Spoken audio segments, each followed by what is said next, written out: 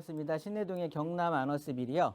네네. 요거를 가지고 계시는데 예. 지금은 그럼 1주택이신 거예요? 네네. 1주택 거주하시는 중이고 그런데 이제 이사 계획은 잡히신 거예요? 아, 네. 그래서 용인 쪽으로 조금 이사를 가야 될 것 같아 갖고요. 네, 직장이 그쪽으로 그래서 옮겨주시는 거예요? 예. 네.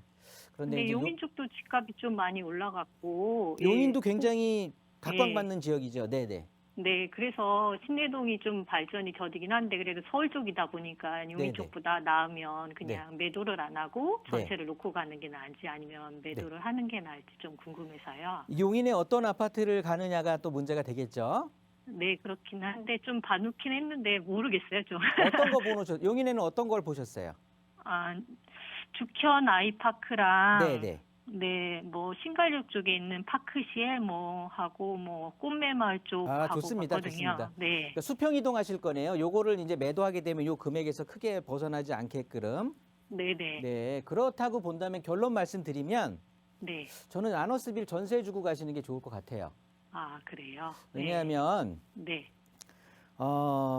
참 그러니까 예전에는 정보가 굉장히 부족했던 거예요.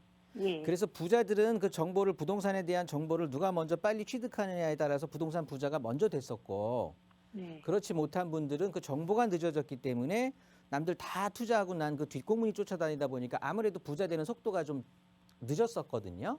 예, 그런데 요즘 같은 경우는 우리나라가 IT 강국이잖아요. 예, 그러면서 그러니까 정보들이 모두 다 공개되고 오픈이 된다 보니까 자기가 조금만 손품을 팔게 되면 인터넷 활용해 갖고 정보를 얼마든지 취합할 수가 있는 거예요. 예, 그런 것들을 종합해 보시면 답이 아마 보이실 텐데 우리나라 그 서울시 개발 계획을 보게 되면은요. 네, 말씀 많이 들으셨을 거예요. 이제 뭐 2020이다, 2030이다, 뭐 이런 것들 개발 방안이라는 게 있거든요. 예, 2030 서울시 개발 방안에 보면은요. 세 개의 도심, 서울이 이제 커졌잖아요. 그러다 네네. 보니까 3도심으로 하고 7개의 부도심, 그러니까 광역 중심이 되는 거고요.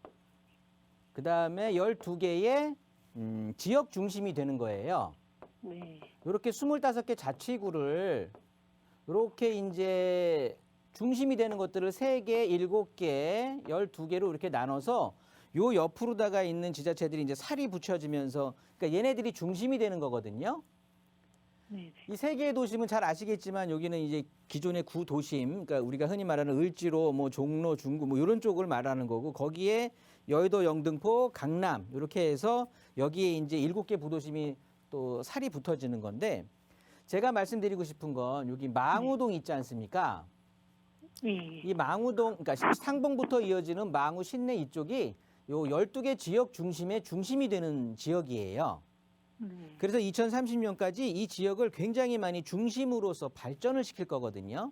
네, 이쪽이 신내동 쪽은 그나마 좀 아파트들이 들어서 있는데 중랑구 전체가 굉장히 저층 주거 지역이잖아요. 빌라들이 굉장히 많고.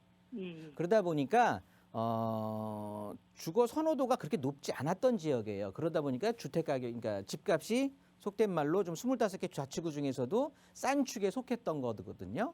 네, 그런데 이런 것들이 다 개선이 되는 거예요. 이 12개의 지역 중심에 대한 지역들을 보면 뭐 옆에 동대문이라든가 성수라든가 뭐 이런 쪽들이에요. 그 면면이 다 훌륭한 지역들이거든요. 지금 걔네들이 다 발전이 되고 있잖아요. 예, 거기에 중랑 쪽에도 지금 이 망우동을 중심으로 해서 개발이 될 예정인데 보시면 면목성 경전철이 이제 예정이 돼 있고요. 거기에 네. 동부간선도로를 따라서 발전의 중심축이 되는 거고요. 네, 요쪽에 중화역부터 상봉 신내 쪽까지 이어지는 요 라인이 이제 상업 업무 쪽에 축이 되는 거예요. 네, 요게 장기적인 계획이라고 하지만 2030년까지 지금까지 굉장히 더디게 있었는데 이제는 주택의 공급도 해야 되고 이쪽 아래쪽으로 망우동 아래쪽에 상봉터미널 위쪽으로 해서 상업지를 또 개발한다라는 그런 계획도 발표가 되고 하는데 굉장히 그러니까 강남북 균형 발전에 근거해서 굉장히 이 강북쪽 거기에서 또 동북쪽을 굉장히 많이 발전을 시키려고 하는 의욕적인 모습을 보이고 있거든요. 네네. 그러면 가지고 계시는 상황에서 저는 예. 충분히 더 상승할 수 있는 여력이 좀 되고요. 거기에 뭐 GTX라든가 면목성 경전철이라든가 살이 많이 붙잖아요. 예. 그러면서 주변에 또 재개발 계획도 있고 많이 그렇고 이쪽 자체가 굉장히 많이 발전을 할 거예요. 네. 그러면 여기를 정리하고 용인 쪽에 비슷한 수준의 비슷한 금액대의 아파트를 아예 여기를 포기하고 가신다고 하면 네. 다시 거기에서 우리 망우동 쪽에 있는 지금 아너스비를 바라봤을 때는 조금 속상할 일이 생길 수도 있어요. 아. 그쪽 지역도 좋아질 것이지만 우리 지역 자체가 훨씬 더 좋아질 거거든요. 아, 예. 개발 계획을 비교하더라도 이쪽이 더 많아요. 아, 네네. 그러면 추후에는 이쪽에 대한 상승 여력이 더 보인다라고 판단이 되니까 일단 아, 전세 주고 가세요. 이 중랑구 아. 쪽, 망우동, 신내동 이쪽은 지금부터 꿈틀꿈틀하는 지역이거든요. 아, 네. 그래서 조금 단지가 더- 좀 작고 그래서 좀 고민하고 있었거든요. 아, 지역 가치 자체가 높아집니다. 아, 네네. 감사합니다. 네, 네, 이렇게 정리할게요. 네, 감사합니다.